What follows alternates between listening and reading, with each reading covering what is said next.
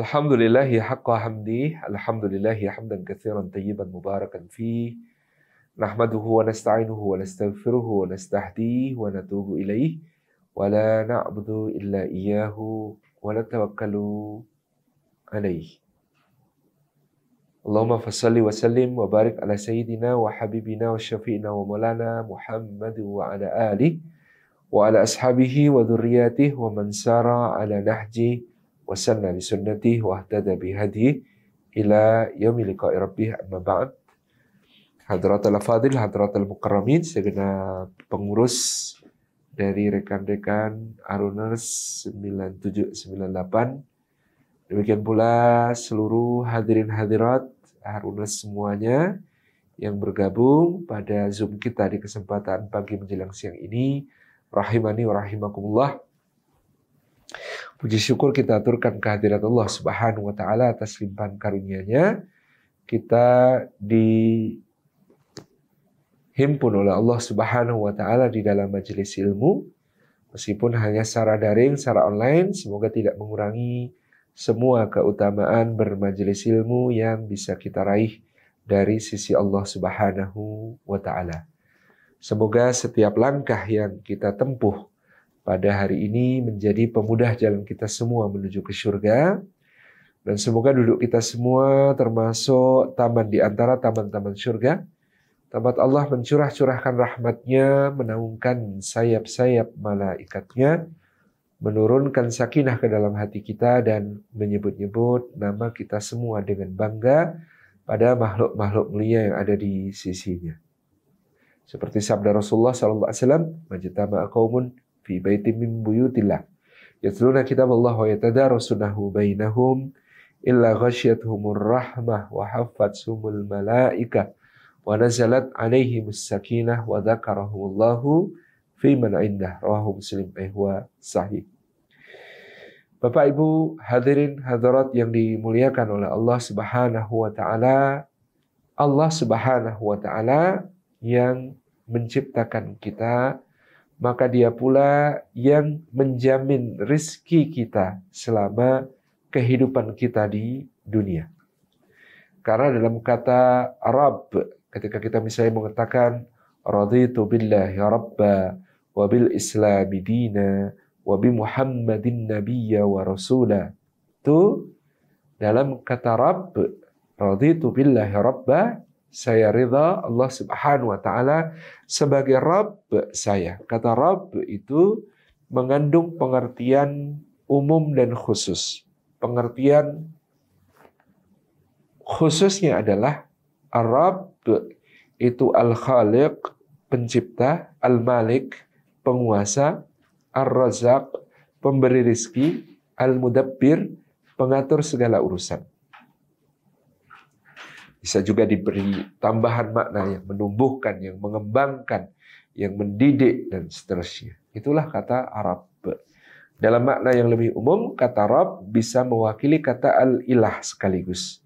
Jadi ketika kita mengatakan raditu billahi rabba, ya, aku ridha Allah sebagai Rabbku, maka aku ridha pula Dia sebagai ilahku, sesembahanku. Dalam Al-Quran disebutkan wa annallaha rabbi wa rabbukum fa'buduhu hadza siratum mustaqim, dan bahwasanya Allah itu adalah Rabbku dan Rabb kalian, maka sembahlah Dia semata-mata, inilah jalan yang lurus.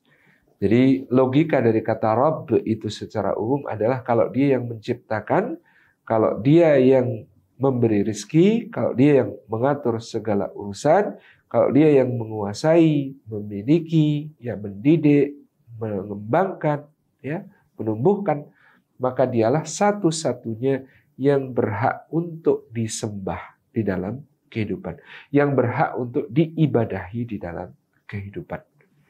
Maka sebagai seorang mukmin kita memahami kata Rabb, di dalamnya terdapat jaminan rizki bagi kita semua dari yang telah menciptakan kita. Dalam surah Asy-Syu'ara ayat ke-78 dan 79, Allah Subhanahu wa taala menyampaikan perkataan Nabi Ibrahim alaihi salam dalam keyakinannya tentang Allah. bahwasanya Ibrahim alaihissalam mengatakan, alladzi khalaqani fahuwa yahdin walladzi huwa yut'imuni wa yasqin. Kata Nabi Ibrahim alaihissalam, alladzi khalaqani fahuwa yahdin. Allah itu zat yang menciptakan aku, maka dia pula yang memberi petunjuk kepadaku.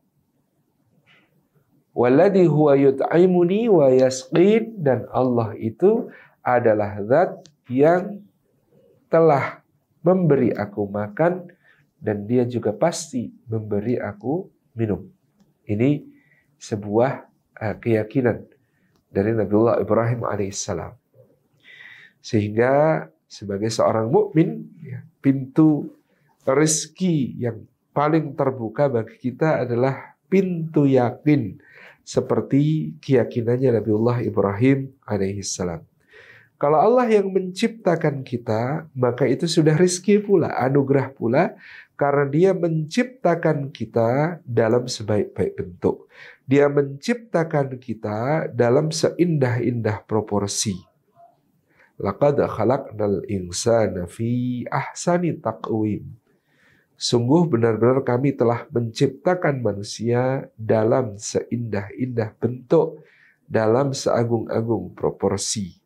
Tidak ada wujud di alam semesta ini yang diciptakan Allah yang lebih indah daripada manusia. Bahkan kita ini pun kesulitan untuk membayangkan satu sosok makhluk yang lebih indah daripada manusia. Apa buktinya? Dalam film Lord of the Rings ada elf, digambarkan cantik, tapi telinganya tetap bagusan kita daripada elf. Dalam film tentang ET, extraterrestrial, atau tentang alien, tentang makhluk luar angkasa, bahkan yang namanya makhluk luar angkasa, bayangan kita adalah digabungkan dalam bentuk-bentuk hewan. Ada yang dengan bentuk serangga, ada yang dalam bentuk reptil, ada yang dalam bentuk bahkan makhluk bersel sederhana, gitu, dan lain sebagainya. Itu kita tidak menemukan wujud di alam ini ataupun bahkan dalam imajinasi kita yang lebih indah daripada manusia. Seganteng-gantengnya simpanse dengan sejelek-jeleknya manusia tetap lebih ganteng yang manusia, misalnya gitu. Itu sebuah fakta yang tidak bisa diingkari bahkan oleh para ateis, diingkari bahkan oleh para agnostik, katakanlah begitu, atau orang-orang yang menyangkal teori penciptaan sebagai mereka Darwinis misalnya. Alladzi khalaqani fahuwa yahdin. Allah itu yang menciptakan kita. Maka betapa indahnya penciptaan itu, betapa agungnya penciptaan itu, fahuwa yahdin. Maka Dia Allah yang memberi kita petunjuk. Ya, kita kadang-kadang lupa saja dengan keindahan penciptaan ini. Sehingga jerawat satu di ujung hidung, yang luas jerawat itu adalah 1/100 dari seluruh luas wajah kita, sudah membuat kita risau seharian. Kita melupakan 99 bagian wajah yang sehat tanpa kurang suatu apa, demi 1/100 wajah yang kemudian tadi berjerawat misalnya. Alladzi khalaqani fahuwa yahdin. Itulah Allah yang menciptakan kita dengan sebaik-baik penciptaan. Maka Dia pula yang memberi petunjuk kepada kita. Kenapa memberi petunjuk ini diberikan penekanan oleh Ibrahim? Ya. Setelah penciptaan, rezeki yang paling besar itu petunjuk. Rezeki yang paling besar itu adalah hidayah dari Allah Subhanahu wa Ta'ala. Karena kalau tanpa hidayah, tanpa petunjuk Allah Subhanahu wa Ta'ala, kita ini mau bersaing dengan hewan yang kita anggap penciptaannya lebih rendah daripada kita, itu kalah. Tanpa petunjuk, tanpa hidayah, kita kalah dari hewan ataupun makhluk yang lain. Ada calon ayam, namanya telur, dibawa ke pasar, laku dijual, namanya telur itu. Tapi kalau calon manusia yang dibawa ke pasar, nggak ada orang yang mau beli. Ada keluaran sapi berbentuk kotoran-kotoran, diangkut bertruk-truk setiap hari ke Pangalengan di Bandung, ke Puncak di Bogor, ke Dieng di Wonosobo, ya, untuk menjadi pupuk perkebunan-perkebunan sayur. Kalau kita datang membawa truk isinya keluaran manusia, kita biasanya disuruh putar balik sama petani-petani di sana. Yang kayak gini tidak kepakai. Gitu.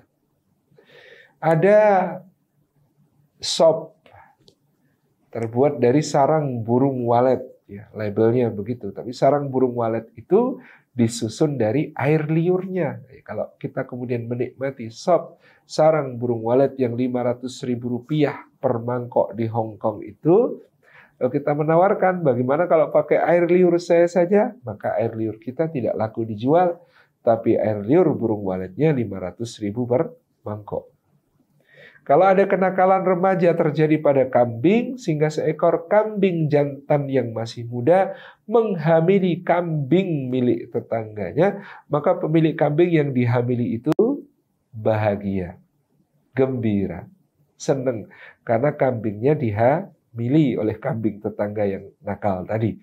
Tetapi kalau kenakalan remaja itu terjadi pada manusia, ada banyak duka lara dan derita dalam cerita yang bisa terjadi karenanya. Jadi ini kalau tanpa hidayah, kalau tanpa petunjuk, kita ini bisa kalah dari hewan, ya.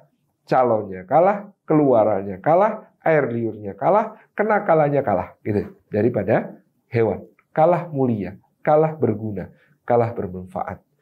Maka dari itu, bentuk rizki yang paling besar inilah yang kita minta kepada Allah sehari semalam juga paling banyak.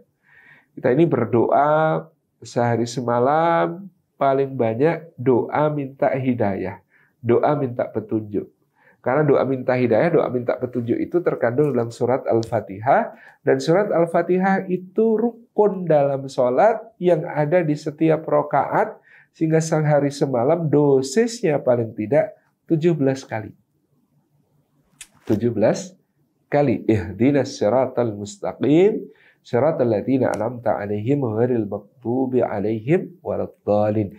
Itu 17 kali. Apalagi kalau saudara-saudara kita, misalnya dari kawan-kawan nahdien, sedikit-sedikit Al-Fatihah. Oh, tambah banyak lagi kita kemudian mengisi hari kita dengan memohon hidayah, mohon petunjuk, dan itu membuktikan betapa pentingnya, ya, petunjuk itu sebagai bagian dari karunia Allah untuk kita.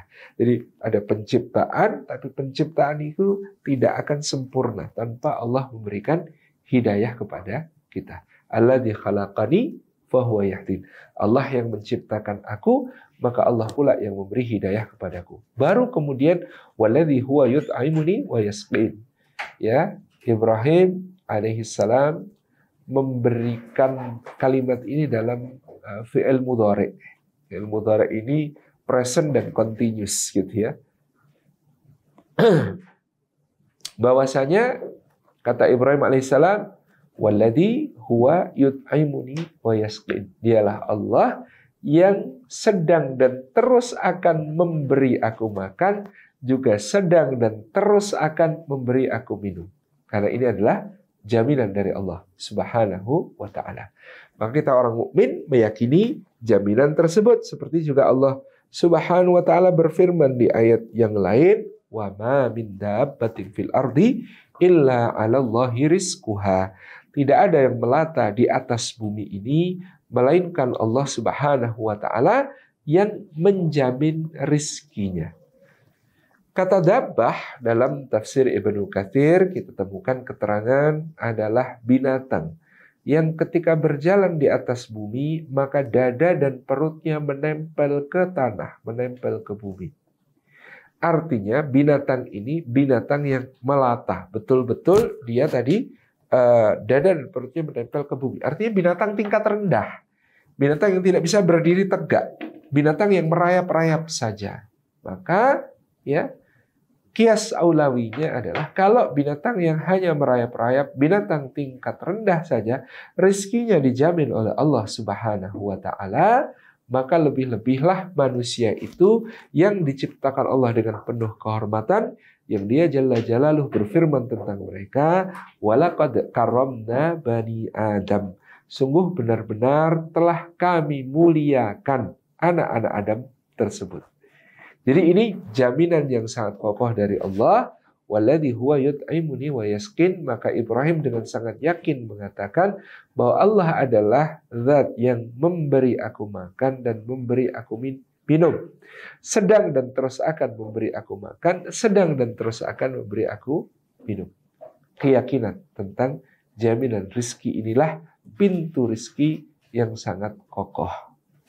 Maka Bapak Ibu yang dirahmati oleh Allah Subhanahu wa taala, contoh binatang melata itu dan hakikat rizki untuknya diajarkan kepada kita saat kita kecil, ya, ya, yaitu cicak. Dalam lagu cicak-cicak di dinding. Ya. Kalau manusia itu menjadi cicak, atau kalau cicak itu berpikir seperti cara pikir manusia, mungkin sejak awal dia pasti akan komplain dan keberatan kepada Allah Subhanahu wa ta'ala. Dia mengatakan, ya Allah, makanan saya punya sayap, makanan saya bisa terbang, makanan saya tinggal blebar-blebar kemanapun dia suka. Sementara saya, ya Allah, tidak bisa terbang, tidak punya sayap, ya. Mana bisa saya akan makan sementara engkau menakdirkan makanan saya punya sayap dan bisa terbang. Itu kalau cicaknya berpikir seperti kita, gitu ya, logis, harus kausalitas. Ya. Tetapi cicak itu hamba Allah. Dia yakin pada jaminan rizki dari Allah. Maka yang dilakukan ya sebatas kemampuannya. Cicak-cicak di dinding diam-diam merayap. Pertanyaannya, siapa yang datang? Apakah yang datang nyamuknya atau yang datang cicaknya? Dalam lagu itu diajarkan datang seekor nyamuk. Jadi yang datang rizkinya atau orangnya? Rizkinya. Meskipun orangnya juga mungkin diam-diam merayap. Tetapi cuma diam-diam merayap. Dia tidak sanggup untuk mendatangi yang terbang ke sana kemari itu. Yang punya sayap blebar-blebar itu. Tidak bisa. Allah yang mendatangkan, datang seekor nyamuk. Tugas berikutnya hanya hab lalu ditangkap. Alhamdulillahilladzi at'amana wa saqana wa ja'alana muslimin. Selesai. Begitulah Allah menjamin rizki. Bagaimana kemudian kita menyaksikan binatang yang paling melata pun itu dalam naungan jaminan rizki Allah. Wa ma min dabbatin fil ardi illa 'alallahi rizquha. Maka sekali lagi, pintu rizki yang paling kokoh adalah keyakinan kepada Allah bahwa Dia zat yang menjamin rizki kita semua.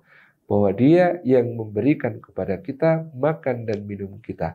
Bahwa Dia memberikan segala apa yang kita butuhkan dalam kehidupan ini, ya. Dan Nabi SAW kemudian menjelaskan dalam hadisnya, demi zat yang jiwaku berada di dalam genggamannya, walladzi nafsi biyadih, kata Nabi SAW, tidak akan mati, sekali-kali tidak akan mati satu jiwa, melainkan pasti telah diturunkan semua rizki yang ditetapkan Allah baginya secara paripurna kesemuanya. Tidak akan mati satu jiwa sampai semua jatah rizkinya itu turun. Tidak ada yang tertahan, tidak ada yang tersisa. Dia mendapati seluruh rizki yang dijaminkan Allah kepadanya turun kepada dirinya. Ini adalah yang Allah Subhanahu wa taala janjikan melalui Rasulnya sallallahu alaihi wa alihi wasallam. Jadi ada pintu rizki yang namanya pintu yakin, dan pintu ini adalah yang paling kokoh. Tentu pemahaman kita tentang rizki juga jangan sampai keliru. Apa definisi rizki itu? Ya, saya dahulu waktu mondok di Musyar, waktu itu sekitar usia kelas 2 SMP, ditepuk oleh guru saya Allahyarham Kiai Haji Mu'tamid Khalil.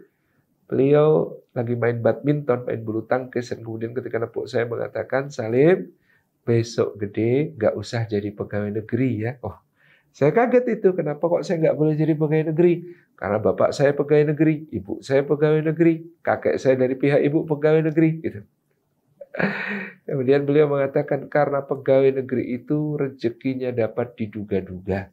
Padahal orang yang bertakwa itu wa yarzuqhu min haitsu la yahtasib. Dia akan diberi rizki oleh Allah dari arah yang tidak disangka-sangka. Oh, malamnya saya nggak bisa tidur, kepikiran, akhirnya saya sampai pada kesimpulan begini. Oh, yang dilarang Pak Kiai bukan jadi pegawai negerinya, bukan pula jadi pegawai swasta yang take home pay-nya jelas. Yang dilarang adalah mengira bahwa satu-satunya rizki adalah angka-angka gaji. Itu keliru. Dan yang kedua, jangan mengira pula bahwa rizki itu datang hanya dari kita bekerja. Ada banyak pintu rizki yang lain yang memang Allah sediakan untuk kita. Yang ketiga, jangan mengira pula bahwa kemudian yang datang kepada kita sudah pasti rezeki kita. Belum tentu. Bisa jadi cuma mampir, bisa jadi cuma lewat gitu ya. Itu yang jelas. Jadi yang pertama tadi, jangan mengira bahwa satu-satunya rezeki adalah angka-angka gaji. Ada begitu banyak hal lain yang Allah anugerahkan kepada kita. Ya, kita diberikan kesehatan, kita diberikan organ-organ yang berjalan dengan baik, kehidupan yang kemudian begitu indah. Kita diberikan pemandangan melalui mata kita, diberikan suara melalui telinga kita, diberikan gerak lewat tangan dan otot kita, kaki kita, melangkah ke sana kemari. Kita diberikan keluarga yang barokah, rumah tangga yang sakinah, mawaddah, warahmah. Diberikan anak dan istri, pasangan yang qurratu a'yun, diberikan anak-anak yang salih dan salihah, diberikan tetangga yang salihun dan salihat. Semuanya itu keberkahan, ketentraman, ketenangan, kemampuan beribadah, mampu berzikir, mampu sholat, mampu puasa, mampu berzakat, mampu berinfak, mampu bersedekah, mampu berhaji. Betapa luasnya yang namanya rezeki. Jadi yang pertama, jangan sampai mengira bahwa ya satu-satunya rizki adalah gaji. Enggak. Yang kedua, jangan mengira bahwa satu-satunya sumber rizki kita adalah pekerjaan kita. Tidak. Ada begitu banyak rizki yang datang tidak melalui pekerjaan-pekerjaan kita. Boleh jadi melalui pekerjaannya orang lain, boleh jadi melalui kebaikannya orang lain, boleh jadi melalui jalan-jalan yang tidak kita sangka-sangka, yang kita tidak duga-duga. Selalu bukalah kemungkinan-kemungkinan bahwa ada rezeki yang bukan merupakan hasil perbuatan dan pekerjaan kita. Yang ketiga, juga kita harus sadar bahwa tidak semua yang ada di angka gaji itu rezeki kita. Boleh jadi bukan rezeki kita atau bahkan rezeki orang lain. Kalau orang ada punya gaji 200 juta per bulan, apakah semuanya rezekinya dia? Dia yang membanting tulang sampai linu-linu, dia yang memeras keringat sampai kering kerontang. Tapi apakah semuanya dia yang menikmati? Tidak. Saya sering menceritakan kisah bahwa suatu hari di tahun 2008, kalau tidak salah, saya harus menumpang sebuah pesawat dan qadarullah saya kehabisan tiket kelas ekonomi. Terpaksa.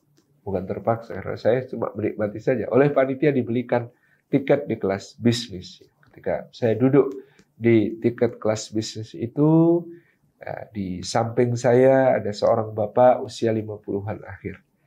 Namanya di kelas bisnis pada zaman itu di maskapai full service itu sudah makmur sekali karena kemudian tiap beberapa menit pramugarinya menuangkan minum, menawarkan makan ini dan itu, mana yang mau ditambah dan makanannya enak-enak ya, satu suapan tapi semuanya istilah orang Jawa miroso ya, terasa begitu lezatnya. Karena saya orang desa, adanya enak sama enak banget, maka saya lahap sekali makan semuanya gitu ya. Setiap ditanya mau nambah Pak, nambah mau gitu ya, dan dimakan pula. Supnya nambah Pak, nambah lagi. Snacknya nambah Pak, nambah pula gitu ya. Terus begitu senangnya. Nah, sebelah saya yang bapak-bapak usia 50-an akhir ini menatap saya sambil memegangi gelas ya berisi air putih, hanya gelas berisi air putih, dan memandang saya dengan tatapan senewan. Saya tanya, gimana Pak? Gak dahar? Gak makan Pak? Ayo silahkan. Wah, kata beliau, nasi pede. Dulu waktu muda pengen makan enak, gak punya duitnya. Sekarang ada duitnya, apa-apa gak boleh, dek sama dokter. Loh, kok bisa Pak? Iya, mau makan gurih, kata dokter. Jangan Pak, kolesterolnya.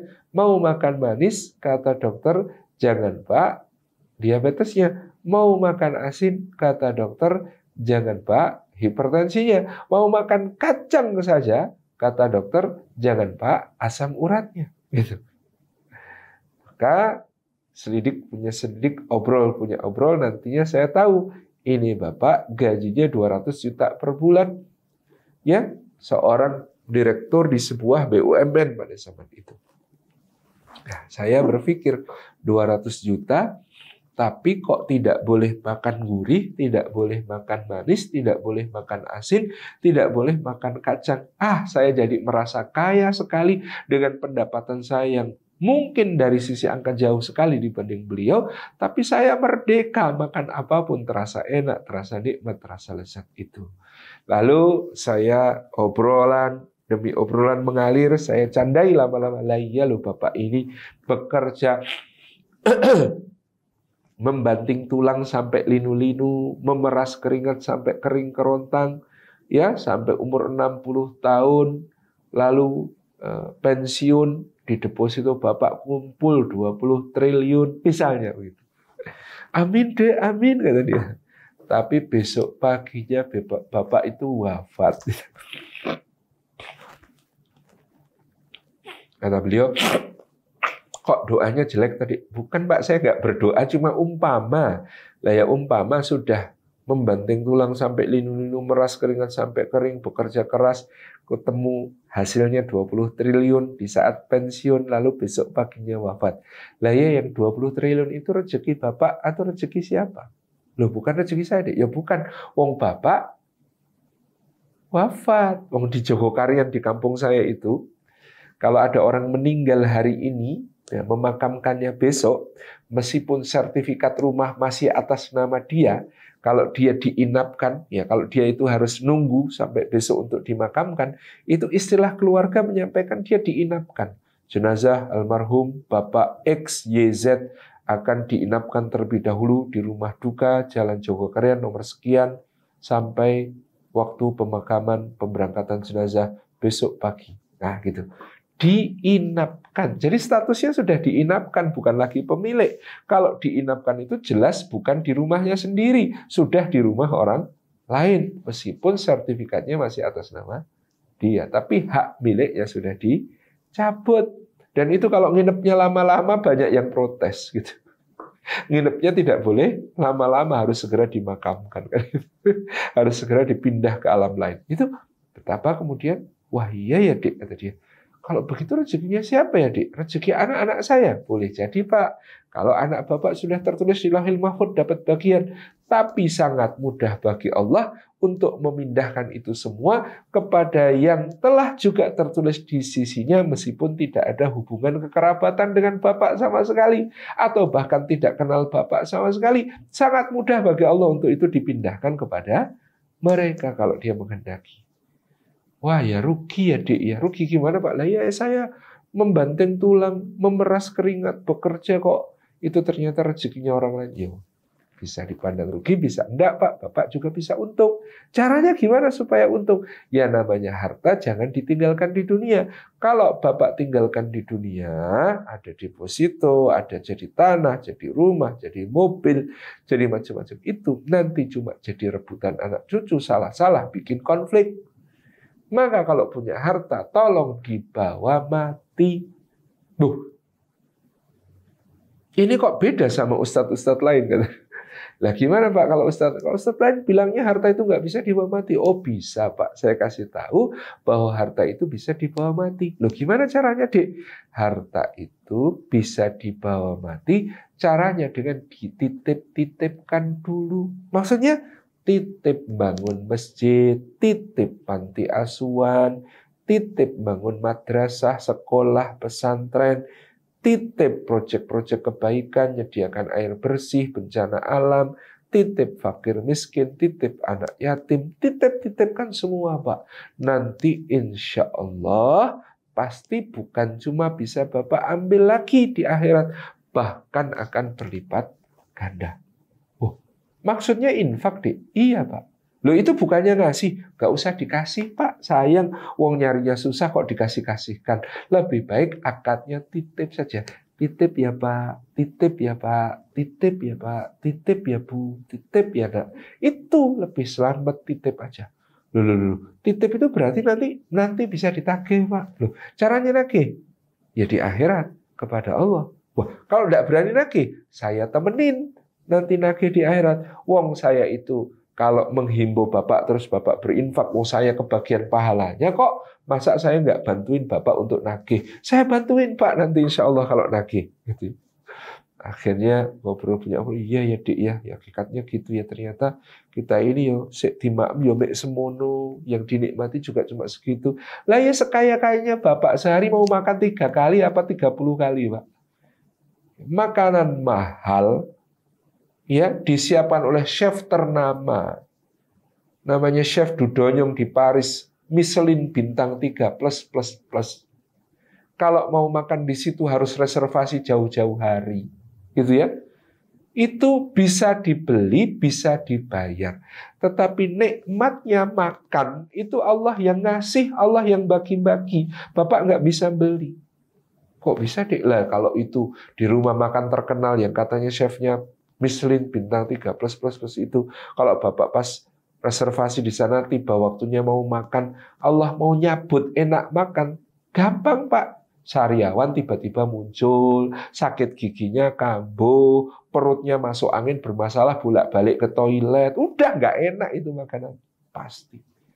Iya Dek ya, lainnya. Kalau kemudian nikmatnya makan, Allah yang bagi-bagi. Hotel yang paling mewah di dunia, kasur yang paling empuk mendut-mendut, servis yang setara bintang 7, bisa dibeli, bisa dibayar. Tapi nikmatnya tidur Allah yang kasih, Allah yang bagi.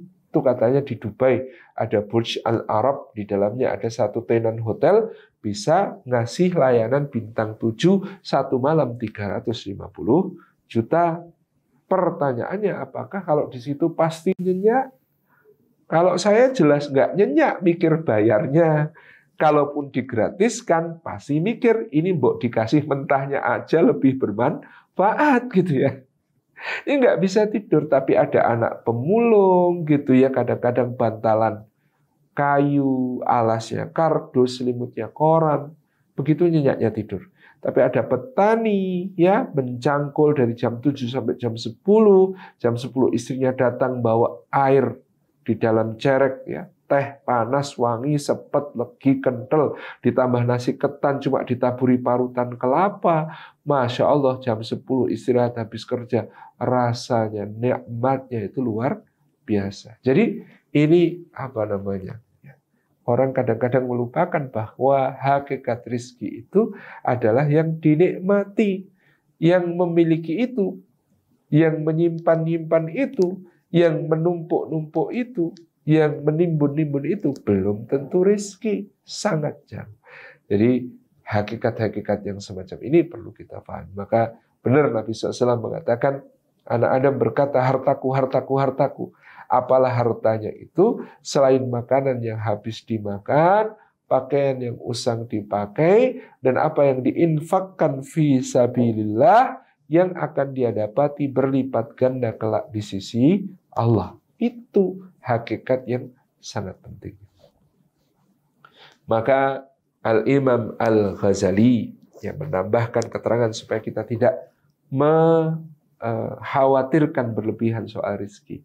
Beliau dalam Ihya Ulumuddin menyatakan bagian dari iman dan keyakinan kita kepada Allah Subhanahu wa taala adalah yakin bahwa meskipun kita tidak tahu di mana rezeki kita, tetapi rezeki kita tahu di mana kita. Kalau dia ada di langit, Allah akan perintahkan dia turun untuk bisa ketemu dengan kita. Kalau dia ada di kedalaman bumi, Allah akan perintahkan dia untuk muncul supaya bisa ketemu dengan kita. Kalau dia ada di dalam lautan, maka Allah akan perintahkan dia untuk timbul untuk bisa berjumpa dengan kita. Semuanya diatur dengan begitu sempurna oleh Allah Subhanahu wa taala yang bisa kita tafakuri dalam hal-hal yang sangat sederhana. Dulu para ulama ya ketika menghadapi piring, di situ ada makanannya, makanannya adalah roti, minyak, dan garam saja. Maka para ulama itu bisa dengan penuh syukur mengatakan, Masya Allah, aku adalah orang yang terkaya di dunia. Roti dari kebun-kebun gandum di negeri Yaman. air dari sungai-sungai yang mengalir di Irak, garam yang ditambang dari pegunungan di Marv, semuanya berhimpun di dalam piringku. Maka betapa kayanya aku ini. Itu yang dikatakan oleh para ulama. Kita pun sama. Saya dulu kalau di pondok diajari nasi putih, kerupuk, sambal kecap. Masya Allah. Itu sudah dari seluruh dunia mendatangi kita dengan berupa-rupa cara. Nasinya tidak kita yang disuruh nanam padi, tetapi petani. Dan bukan sembarang petani, karena nasinya itu beras impor.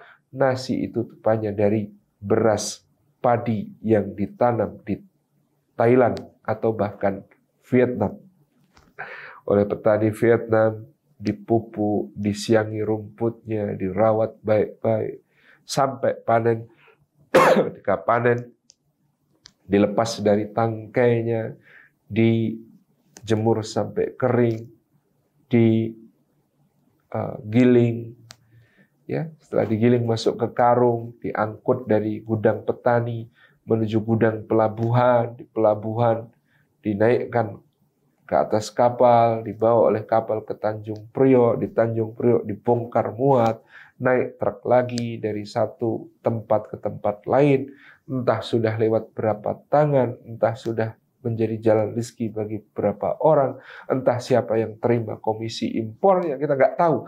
Itu semuanya tidak ada keterlambatan kita di situ, dan dia tiba-tiba sudah masuk ke rice cooker kita, masuk ke magic jar kita, disendokkan oleh istri kita, sudah di piring kita. Masya Allah, itu baru nasinya. Telah menempuh perjalanan begitu panjang, karena dia telah ditulis di Lauhil Mahfuz, wahai beras, kamu rezekinya Salim Afillah. Maka dia akan mencari di mana di muka bumi ini yang bernama Salim Afillah. Kadang-kadang perjalanannya nggak musuh, tapi pasti sampai, karena kemudian dia telah ditakdirkan untuk Salim Afillah. Itu baru nasinya. Bagaimana kecapnya? Dibuat dari kedelai, ditanam oleh para petani, bukan di Indonesia, tapi di Amerika. Bahkan ternyata dari perkebunannya mantan Presiden Jimmy Carter, katakanlah gitu ya. Sang petani kedelai dari situ diangkut melalui Samudra Pasifik, berbulan-bulan terombang-ambing, ombak ganas di lautan sampai ke Jawa. Di Jawa kemudian ya masuk ke pasar induk, dibeli oleh para pengusaha pembuat tempe, diinjek-injek pula setelah direbus gitu ya, supaya terkelupas kulitnya gitu ya. Kemudian diolah menjadi kecap dengan berbagai cara ya, dengan berbagai bumbu, difermentasi begini begitu bersama gula dan lain sebagainya. Itu baru kecapnya, belum kemudian ya garamnya ternyata ditambang di Australia, cabenya produk lokal dari Brastagi atau dari Bogor atau dari Dieng gitu ya. Kemudian kerupuknya memang dibuat di Tasikmalaya, tetapi tepungnya ternyata diimpor dari Cina. Dalam satu piring nasi sambal kecap kerupuk ada Vietnam, Australia, Indonesia, Cina, dan mana lagi itu negara?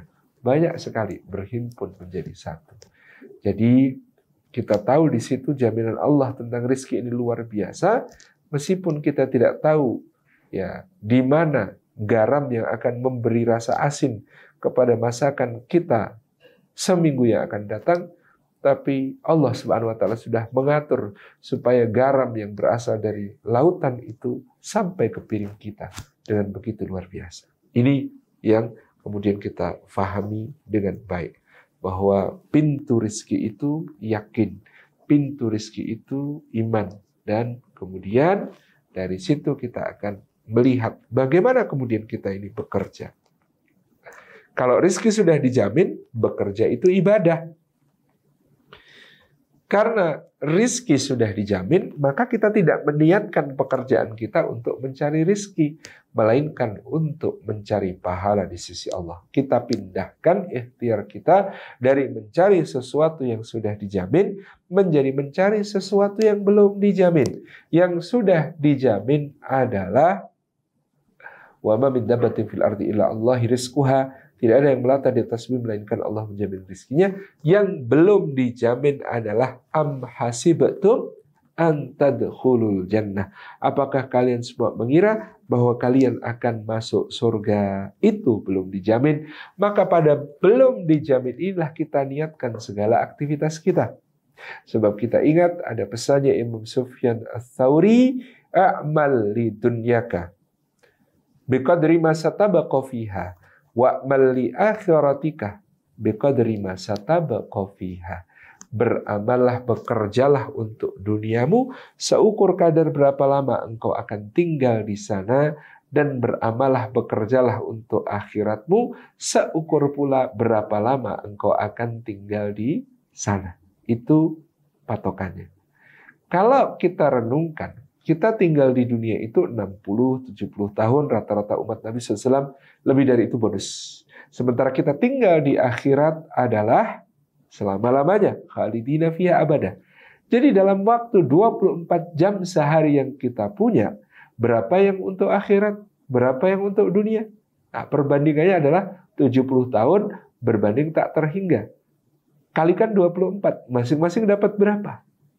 Nggak masuk hitungannya, karena yang satu tak terhingga. Maka melakukan nasihat, mengamalkan nasihat Imam Sufyan Ats-Tsauri ini bukan dengan cara membagi waktu kita berapa untuk dunia, berapa untuk akhirat, tetapi kita niatkan seluruh hidup kita, inna salati wa nusuki wa mahyaya wa mamati lillahi rabbil alamin. Semua aktivitas kita, ibadah kita, pekerjaan kita, manasik kita, salat kita, itu hidup kita, bahkan juga mati kita, semuanya untuk Allah.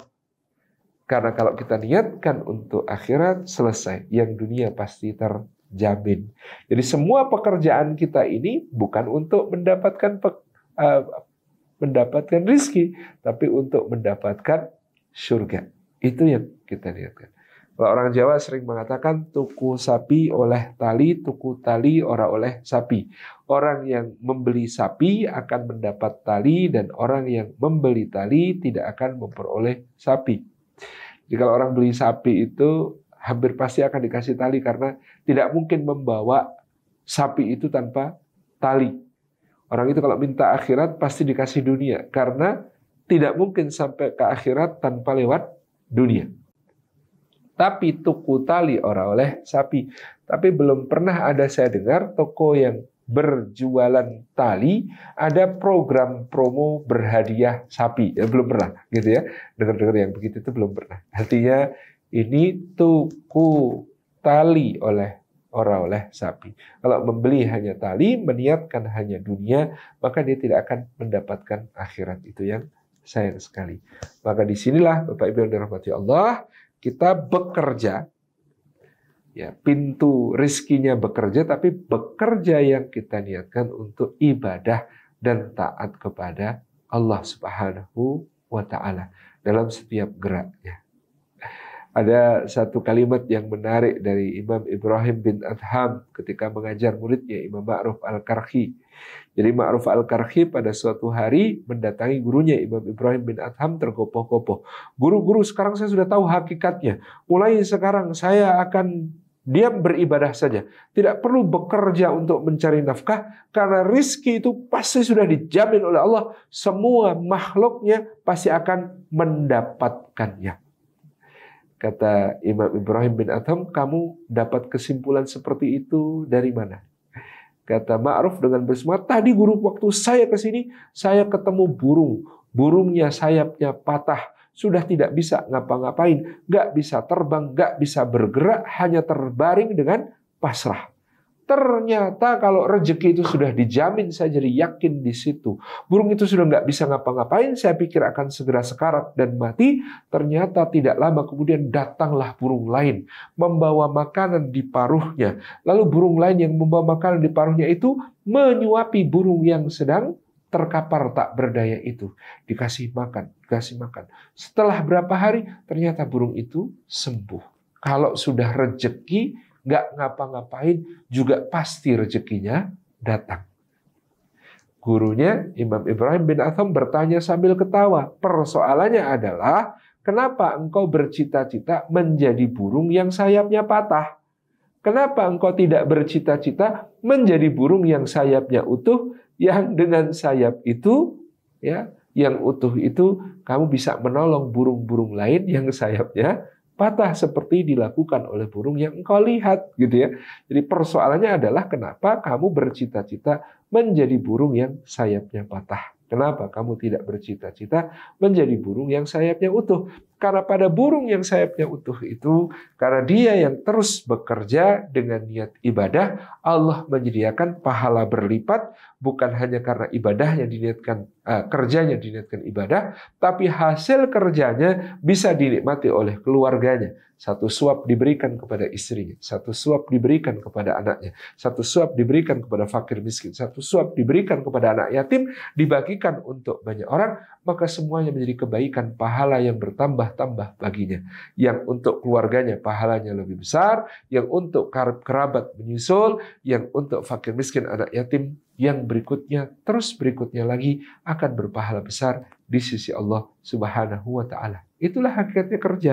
Jadi kamu bekerja bukan hanya untuk dirimu, kamu bekerja untuk beribadah sekaligus untuk bisa membawa manfaat itu kepada orang lain. Jadi ada yakin, pintu kedua adalah bekerja dalam rangka ibadah kepada Allah. Itu pintu rezeki yang sangat luas.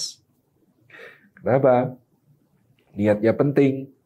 Karena bekerja itu mutkin, muhsin, mukhlis. Mungkin itu tekuni sampai ahli, seperti bapak-bapak menjadi engineer dalam bidang misalnya perminyakan, ya harus tekun sampai ahli, mampu menyelesaikan berbagai tantangannya sesuai dengan job description-nya, sesuai dengan kontrak kerjanya, sesuai dengan tupoksinya bekerja. Mungkin.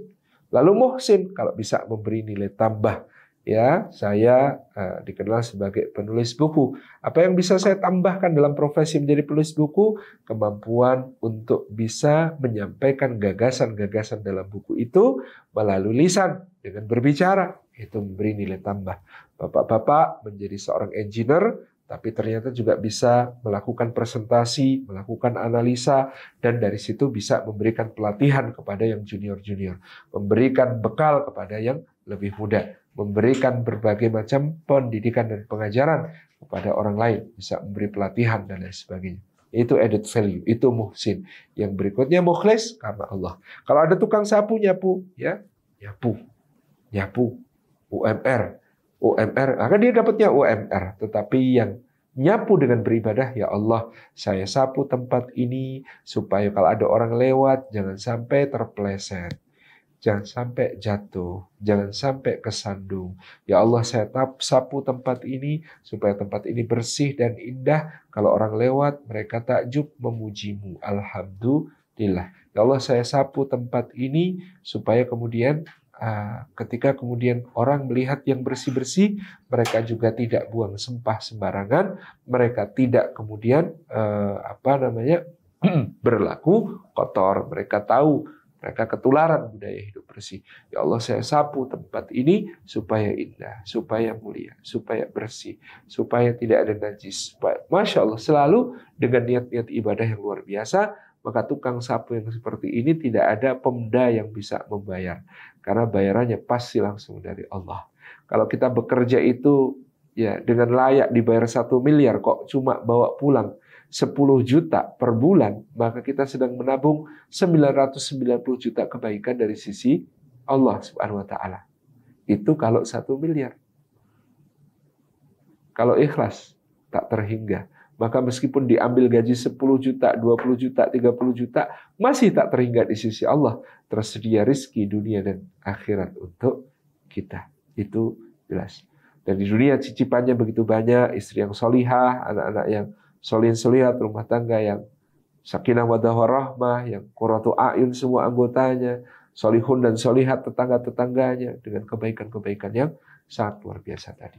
Itu karena kita bekerja karena Allah, bekerja untuk ibadah, bekerja karena akhirat. Berbagi dari hasil kerja kita semakin menambah jumlah kebaikan itu di sisi Allah. Yakin bekerja untuk ibadah, yang berikutnya memang Allah menjadikan iman dan takwa kita menjalankan segala perintah Allah, menjauhi segala larangannya, berketaatan sebagai pintu-pintu rizki yang tidak pernah tertukar. Wa may yattaqillaha yaj'al lahu makhraja wa yarzuqhu min haitsu la yahtasib. Orang yang bertakwa kepada Allah maka diberikan jalan keluar dari masalah-masalahnya dan dianugerahi rizki dari arah yang tidak disangka-sangka. Yang berikutnya, karena kita itu bisa terhalang dari rizki kita karena dosa-dosa. Nabi SAW mengatakan tidak ada yang bisa menghalangi dari rizki kecuali dosa-dosa yang diperbuat oleh seorang hamba. Maka supaya pintu rezeki ini tidak tersumbat, supaya pintu rezeki ini tidak terputus, kita perlu buka, kita perlu lancarkan dengan memperbanyak istighfar, memperbanyak taubat, memperbanyak mohon ampun kepada Allah Subhanahu wa ta'ala. Saya kira itu yang dapat kami sampaikan. Mudah-mudahan bermanfaat. Jazakumullah khairan. Wassalamualaikum warahmatullahi wabarakatuh.